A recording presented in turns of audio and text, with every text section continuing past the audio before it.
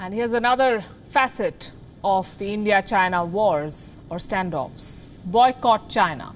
This slogan became a nationwide call recently. When the border is on the boil, should business with China go on as usual? That's what we've been asking every day, bringing you special reports on the show and a reality check. Can India really boycott all things Chinese? The answer is no. In trying to teach China a lesson, India must not inflict damage on itself. So the government is moving carefully.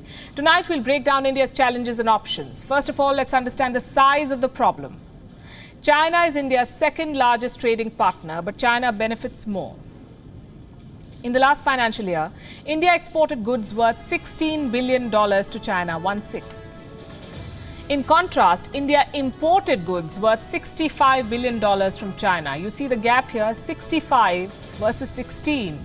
It is called the trade deficit, and that is a big problem. India's import bill is 4 times bigger than its export to China. The trade deficit stands at $48 billion. Bring down this number and China will suffer. And that's exactly what the government of India is planning to do. India can effectively hit back at China and save as much as $8 billion in this year alone. So what is the government doing? As a first step, India is targeting cheap imports from China, basic products ranging from furniture to toys, some non-essential and can very well be made in India. So the government has asked for a price list, domestic prices of similar goods that are made in India. That is the game plan, Make in India. 12 priority sectors have been identified, and for this, domestic production can immediately reduce China's dependence on India. Now, what can the government do to stop cheap imports? Either impose fresh taxes or raise existing tariffs on Chinese products. India levies anti-dumping duties on 90 Chinese products. The plan is to slap this on at least 300 more products. There are at least 40 sectors in the Indian industry that can make these products with a much better quality. The government must help them to step up and stop cheap Chinese imports.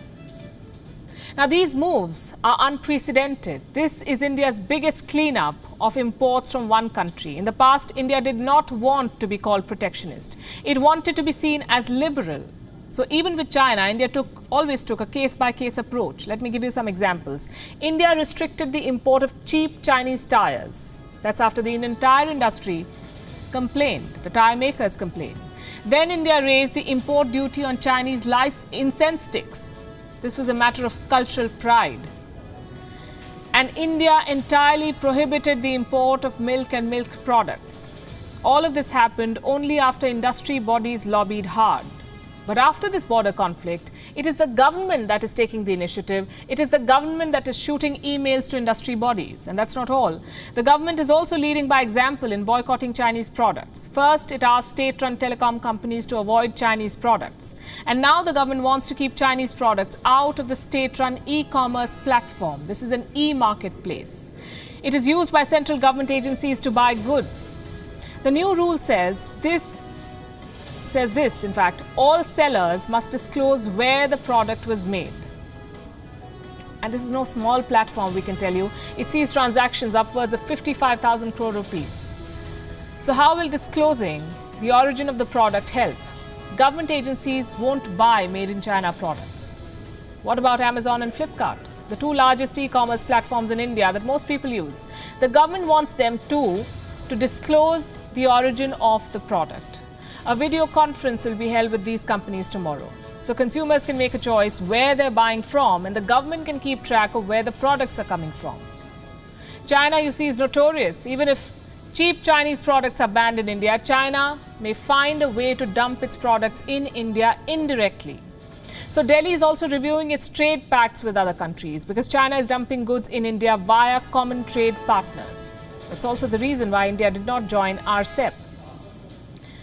India knows this will have to be fought tactically, with minimum collateral damage. It is using a combination of measures to hurt China: increased tariffs, no government procurement, restricted presence on e-commerce platforms in India, and reviewing trade details. Slowly but surely, India is boycotting China.